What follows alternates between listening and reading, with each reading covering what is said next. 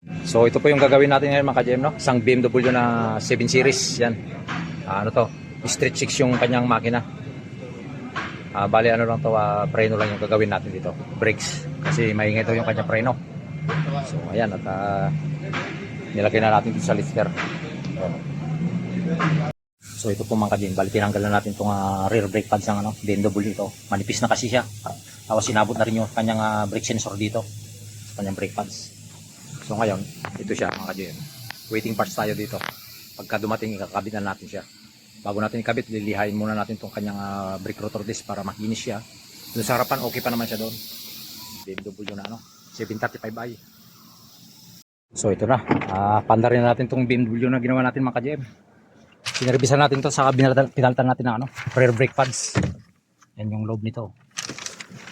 735i na model. 2024 model to. Isang BMW. So start natin, to lang yung push button niya. So ayan, mandar na siya. Tapos ito i-reset natin to kasi mayroon siyang sinerbisan natin siya. Tapos i-reset natin yung kanyang brakes. So makikita natin dito sa kanyang panel dito yung pinaka settings niya dito sa vehicle status. So ayan siya. Check natin yung engine oil level. Yan, painitin muna natin yung kanyang makina para makita natin dyan. Tapos bukas pa yung kanyang bonnet, sarado muna natin. So ayan po, dito na lang muna ito. At kukunin natin yung scanner para ma-reset natin yung kanyang engine oil life. So ito yung gagawin natin mga ka-GM. Isang Mazda na CX-90. So ayan. Ito lalagyan natin ng floor mat. Ito, paper mat. Para hindi madumihan yung niya. Saka dito sa upuan, plastic.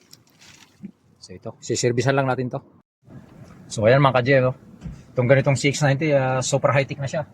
May 360 camera sa likuran, saka sa harapan yan. Kitang-kita yung niya, likod. Yan, pagka pinorward natin yan, kitang-kita rin yung harapan. May 360 camera siya. So ito po mga ka-GM, bali magpapalit na naman tayo ng 4 na gulong dito sa Changan na Uniki. Bali malaki yung gulong nito. Ang tama lang nito, ang problema nito, isang gulong lang ito dito sa sidewall. Pero 4 na gulong na yung pinapalitan ng customer natin.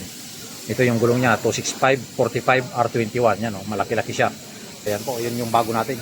Andun, sa tire machine. So tatanggalin muna natin to. So ayan po mga ka-GM, tinanggalan natin ng hangin, sinasingaw na natin at tatanggalin natin yung gulong. Ito yung papalit natin, 4 na bago. Yan malaki to, malaki yung size, R21. Yung kanyang wheel rim pa lang dito, mapaparay ka na talaga sa bigat. Yan So kailangan po natin i-torque yung kanyang tire wheel nut mga ka-GM, kasi nagpalit tayo ng brake pads. 150 Nm itong ganitong BMW. Ayan, paikot lang yan. Siguraduhin lang natin na mahigpit siya sa tamang higpit. Saka para hindi tayo maputulan ng wheel stud. So ayan po, at like and share. Ayan.